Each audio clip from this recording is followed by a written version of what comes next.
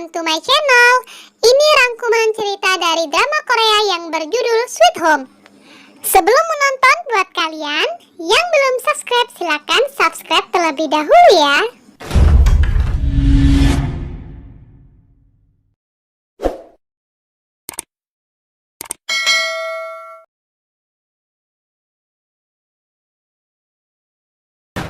Part terakhir ini dimulai dengan diperlihatkan saat Hyunsoo dan yang lainnya terjebak di basement apartemen. Beruntung Gilsop datang menyusul mereka dan membunuh monster cepat dengan menggunakan senapan api. Sementara di tempat lainnya Suyong tertangkap oleh monster laba-laba dan Dusik tidak bisa berbuat apapun. Beruntung saja para penghuni mendengar teriakan Suyong dan membantunya melepaskan diri dari monster tersebut. Barulah setelah itu Suyong melemparkan molotov yang membuat monster laba-laba hangus terbakar. Saat monster itu mengamuk kesakitan, Hyunsoo tiba di sana dan langsung membunuhnya. Setelah kembali dari basement, Yuri langsung mengobati Jaehoon dan Sang-wook yang sama-sama terluka akibat kejadian di basement sebelumnya. Terlebih Sang-wook sendiri memang sudah terluka di punggungnya, tetapi selama ini hanya ditutupi dengan lakban.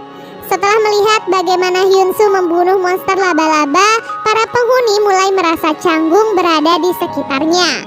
Oleh sebab itulah Sang-wook pun mengajak Hyunsoo untuk makan ke tempat lain. Dan di sanalah Gilsop datang untuk bergabung bersama mereka. Sejak saat itu Hyunsoo kini sudah mulai merasa lebih nyaman dengan Sang-wook dan juga penghuni yang lain. Di waktu yang sama hubungan Eun-yu dan Eun-hyuk juga semakin membaik. Karena mereka bukanlah saudara kandung, jadi sejak kematian kedua orang tua mereka, hubungan mereka juga menjadi tidak sebaik dahulu. Namun keadaan seperti ini membuat Eun-yu sadar kalau Eun-hyuk selama ini selalu melakukan yang terbaik untuknya. Pada malam harinya seorang penghuni yang sedang mandi dikejutkan dengan aliran air yang sudah terkontaminasi, di mana hal itu menjadi masalah yang besar karena tanpa adanya air mereka tidak akan bisa bertahan lebih lama lagi di dalam apartemen. Oleh sebab itu Eun-hyuk pun meminta Dusik untuk memperbaiki mobil yang ada di basement agar mereka bisa keluar mencari air. Scene lalu beralih memperlihatkan Yi-kyung yang dibebaskan oleh pihak militer. Di sana pihak militer sepakat dengan penawaran yang diberikan oleh Yi-kyung. Dengan begitu Yi-kyung pun diberikan sebuah alat yang apabila ditekan maka pihak militer bisa melacak keberadaannya. Kembali ke apartemen Green Home, di sana Hyunsoo sedang mendengarkan alunan musik yang dimainkan oleh Jisoo. Hyunsoo berkata kalau alunan itu bisa diberi nama Sweet Home karena saat ia mendengarkannya ia merasa seperti berada di dalam rumah. Untuk sesaat mereka berdua merasa sangat tenang dan seakan lupa pada semua masalah mereka. Keesokan harinya Jisoo kembali merasakan kesakitan pada perutnya.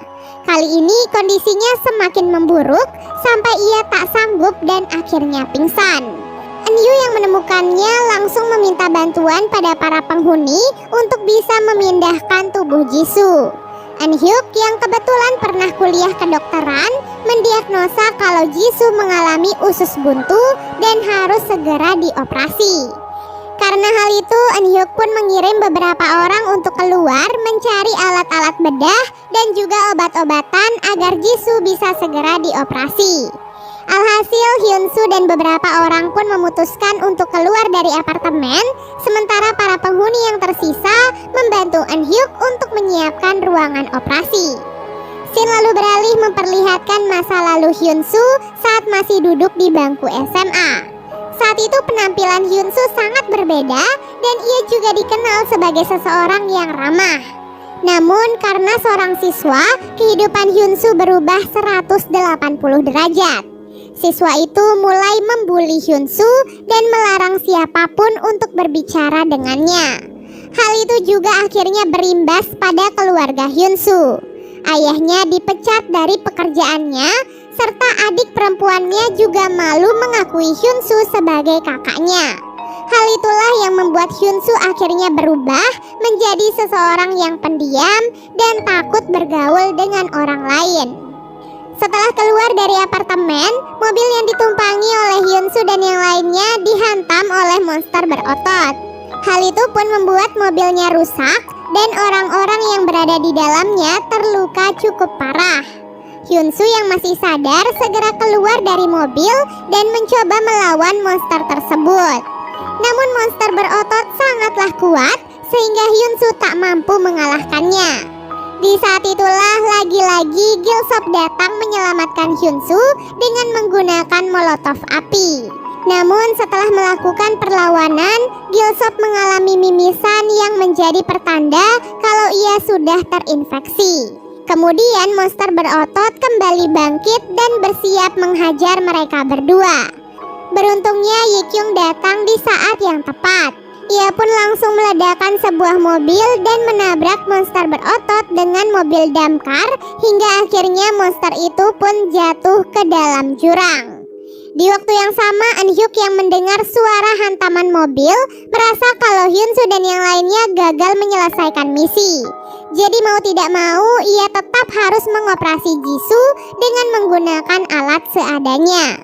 Setelah kembali masuk ke dalam apartemen, Yikyung pergi menemui Hyunsu dan menanyakan keadaannya. Sampai saat itu, Hyunsu adalah satu-satunya orang yang masih bertahan dalam proses monsterisasi. Hal itulah yang membuat pihak militer tertarik kepadanya agar Hyunsu bisa dijadikan objek penelitian. Pada malam harinya saat sedang makan malam, istri Sukhyun mengaku kalau ia telah terinfeksi virus monster. Oleh sebab itulah para penghuni pun sepakat untuk mengkarantina istri Sukhyun. Sebelum dikarantina, istri Sukhyun mengatakan pada Hyunsu kalau sekarang ia bisa merasakan penderitaan seperti apa yang Hyunsu rasakan. Karena hal itu, ia pun meminta maaf pada Hyunsu karena selama ini sering menyakiti perasaannya. Kemudian Eun-yu menghampiri Hyunsu dan memberitahunya bagaimana cara membalas perlakuan orang lain. Selain itu, Eun-yu juga mengajarkan Hyunsu cara membuat janji dengan seseorang. Sikap Eun-yu menunjukkan kalau ia sebenarnya menyimpan perasaan pada Hyunsu. Berkat apa yang Eun-yu katakan, Hyunsu pun memutuskan untuk mengganti penampilannya sebagai tanda kalau ia telah mengubur semua masa lalunya yang sangat kelam. Di sisi lain, Yikyung yang sedang mandi merasa sangat bimbang, memikirkan apakah ia akan melaporkan lokasi Hyunsu atau tidak. Karena pihak militer berjanji akan mempertemukan Yikyung dengan Sangwon jika ia berhasil menyelesaikan tugasnya. Di tengah pemikirannya itu, seseorang tiba-tiba datang menyerang Yikyung, namun Yikyung berhasil mengalahkannya. Setelah itu, Yikyung mengikat lelaki itu dan langsung menginterogasinya. Rupanya lelaki itu adalah kiriman sebuah kelompok yang ditugaskan untuk melacak keberadaan Yikyung. Oleh sebab itu, Yikyung pun meminta Sangwook dan Hyunsu untuk segera melepaskan tanda SOS yang dipasang di luar apartemen. Setelah kembali dari atap apartemen, Hyunsu dan Sangwook melihat Pasapam yang sudah berubah menjadi monster sedang menuju ke lantai bawah. Hal itu pun membuat mereka panik karena takut Pasapam akan menyerang para penghuni. Oleh sebab itulah, Sangwook dan Hyunsu pun segera berlari melalui tangga agar bisa segera sampai di lantai bawah. Karena terlalu panik, Hyunsu pun memilih untuk melompat dari lantai atas agar bisa sampai lebih cepat dari Pasapam. Namun hal itu tentu saja membuat kakinya patah sehingga membuatnya kesulitan bergerak. Tak lama kemudian Pasapam sampai di lantai bawah dan bertemu dengan Jin-ok. Ia pun keluar dan berniat menyerang Jin-ok dengan menggunakan alat pemotong rumput. Beruntung Jaehyun datang menyelamatkan Jin-ok dengan pedang miliknya. Namun karena salah satu tangannya masih terluka, Jaehyun pun menjadi kesulitan untuk menahan serangan dari Pasapam. Hingga akhirnya Pasapam pun berhasil menyerang Jaehyun dan memotong tangannya dengan pemotong rumput. Karena hal itulah Jaehyun pun terpaksa mengorbankan dirinya dengan menarik Pasapam untuk masuk ke dalam lift. Kemudian Jaehyun meminta mereka untuk segera melemparkan molotov yang akan membakar mereka berdua. Dengan begitu Jaehyun pun mengorbankan dirinya dan mati bersama Pasapam. Semua yang melihat hal itu merasa sedih, terutama Hyunsu karena ia telah gagal melindungi para penghuni. Setelah itu mereka pun memakamkan jasad Jaehoon di samping makam yang lainnya. Jisoo sebenarnya adalah orang yang paling terpukul atas kematian Jaehoon. Bagaimana tidak, sejak awal wabah ini muncul, ia berjuang bersama dengan Jaehoon. Apalagi tepat sebelum pergi menyelamatkan Jin-ok, Jaehoon sempat mengutarakan perasaannya pada Jisoo. Hal itu pun membuat Jisoo merasa bersalah dan kecewa karena semua orang yang mencintainya selalu meninggal dunia. Setelah kejadian itu, Gilsop merasa mereka tak bisa terus-terusan melawan para monster. Jadi ia pun berinisiatif untuk mencari jalan lain yang bisa mereka lewati untuk berlindung dari para monster. Tak lama kemudian apartemen Green Home tiba-tiba diserang oleh sekelompok orang. Mereka adalah sekelompok penjahat yang datang untuk mencari keberadaan tentara yang sebelumnya menyusup ke dalam apartemen. Setelah menemukan tentara itu, mereka pun memotong jarinya, kemudian ditempelkan pada sebuah koper, berharap koper itu bisa terbuka. Namun sayangnya mereka ternyata gagal. Oleh sebab itulah tentara itu pun langsung dibunuh karena sudah tidak berguna lagi. Setelah membunuh tentara itu, semua penghuni pun dikumpulkan dan dilarang melewati batas garis yang sudah ditentukan. Sementara itu, Yikyung yang kabur berhasil menyelinap dan mengambil koper yang sebelumnya dibawa oleh kelompok tersebut. Selain Yikyung, Sang-wook dan Yongsu, adik dari Suyong, juga tidak tertangkap oleh para penjahat. Sang-wook memanfaatkan kekuatannya untuk melawan, sementara Yongsu bersembunyi di dalam ventilasi.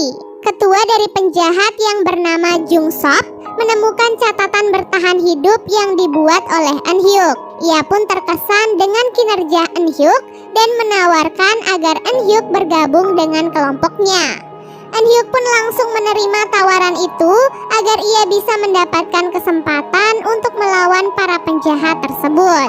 Di waktu yang sama, Sang-wook dan Yikyung akhirnya bertemu dan melawan para penjahat bersama-sama. Tak lama kemudian mereka juga menemukan Yongsu yang sedang bersembunyi di dalam ventilasi. Uniknya di dalam ventilasi itu ada monster lumut yang ternyata telah menyelamatkan Yongsu dari para penjahat. Setelah itu Jung-sop dan yang lainnya menemukan istri Sukyeon yang sedang dikarantina. Karena merasa ia adalah monster, jadi Jung-sop pun tak segan-segan langsung membunuhnya. Eun-hyuk yang melihat hal itu sangatlah marah, namun ia tetap berusaha menahan emosinya. Di waktu yang sama, Yikyung dan Sang-wook keluar dari persembunyian untuk menyelamatkan para penghuni. Para penghuni pun mulai memberontak dan berani melawan penjahat. Namun rencana mereka gagal karena Jung-sop mengancam akan membunuh Eun-hyuk jika mereka berani melawan. Dari ruangan karantina, istri Sukyeon tiba-tiba keluar dan membunuh seorang penjahat dengan tangan kosong. Ia pun terus berjalan dan berniat menghabisi Eun-hyuk. Alhasil Hyunsu pun mengorbankan tubuhnya untuk menjadi tameng demi melindungi Eun-hyuk. Hyunsu juga terpaksa mencekik istri Sukyeon demi melindungi para penghuni yang lain. Setelah itu Jung-sop pun membakar tubuhnya untuk memastikan ia benar-benar telah mati. Setelah melihat keunikan Hyunsu, Jung-sop dan para anak buahnya pun membawa Hyunsu ke atap apartemen. Di atap apartemen, Jung-sop menguji ketangguhan Hyunsu dengan menembaknya berkali-kali.